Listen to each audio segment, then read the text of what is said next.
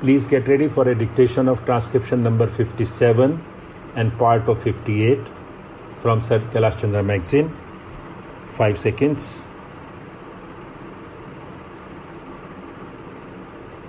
Start. First of all, I would like to thank the members of this house, all those who have spoken and all those who have even moved cut motions for the interest that they have evinced for the cause of health. I agree entirely with so many friends who have said that far too little time is given to this house for discussion and exchange of views on a subject which is so vital to the progress of the country. It is undoubtedly a nation-building activity to cater to the health of the people committed to the charge of any government, and if we are not able to give enough attention to these problems, and if we are not able to give enough money to improve the standards of health, I am of course convinced that we shall not really make the progress that we want this country to make. I am, however, heartened by the fact that the countryside is health conscious. Anywhere that I go, the two things that the villager demands are medical aid and relief and schools for his children. And I believe that anything the people, the masses demand will certainly come about. I would like to comment on the points that have been raised by the various speakers. First of all, everybody has welcomed the malaria control program. I am very happy to be able to say that at the end of the first 5-year plan, we shall have covered 125 millions of the population from the risk of malaria, and I sincerely hope that by the end of the second 5-year plan, practically the entire country will have been covered. And that certainly means a tremendous asset to the nation, because those poor people who used to be laid out for 4 months in a year with malaria will now be able to help in the production, which is so vitally needed for progress.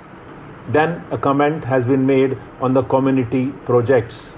I think I ought to say that I have, from the very beginning, ever since I was charged with serving the Ministry of Health, laid the greatest emphasis on medical aid and relief to the rural population, in particular because they have been sadly neglected up to date.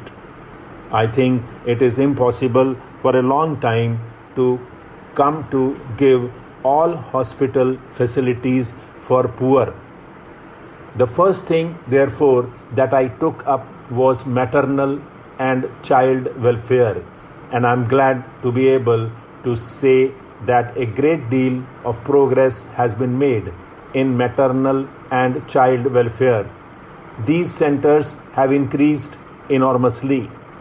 While I agree entirely with my friend that we have not, of course, got enough health centers in rural areas or enough personnel, I think the creation of the personnel, the creation of the health centers, the creation of the maternity and child welfare centers is going ahead with a fair amount of speed. I was delighted when I went the other day to Bhopal to see in the remotest villages that the villagers themselves have built up maternity and child welfare centers, and government have put qualified women to look after them. The care of the child is certainly our greatest responsibility, and the fact that the death rate per 1,000 of the estimated population has decreased during these last 7 years speaks, I think, in evidence of the fact that infant and maternal care is now receiving the care that it merits. I hope that in these community project areas, in the secondary health centers, which I would like to come into the National Extension Service blocks, still further care will be given to maternal and child needs so that we may be able to serve this part of the population better than we have done so far. A sum of rupees 50 lakhs has been given by the center, especially for maternity and child welfare in the backward areas. Another sum of rupees 50 lakhs is being offered to the states, again from the center, apart from what the Planning Commission is doing for this vital work. Of course, health is a state subject. Many things that have been said by way of criticism leveled at me should really be leveled at the state governments.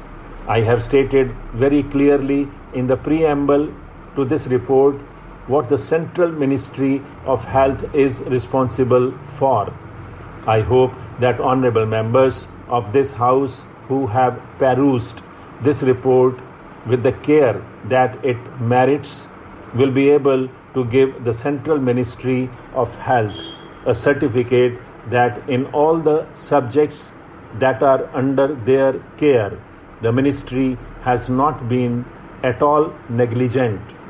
I know no one is more dissatisfied than I myself at the slow progress that we have made in the matter of provision of health services to the people.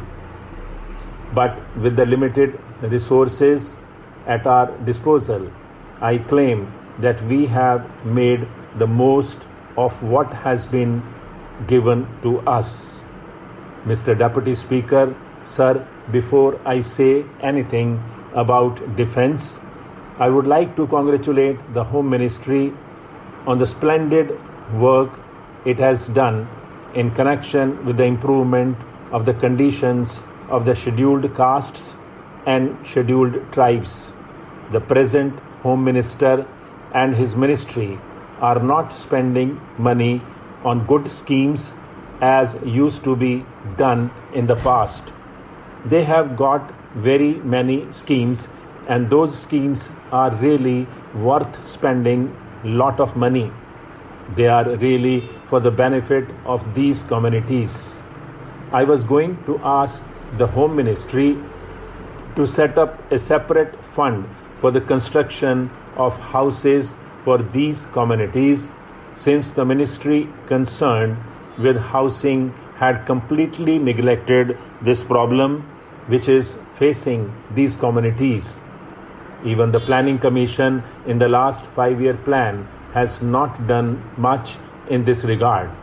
I think even in the second 5-year plan, there is no definite plan for providing housing facilities for the scheduled castes and scheduled tribes.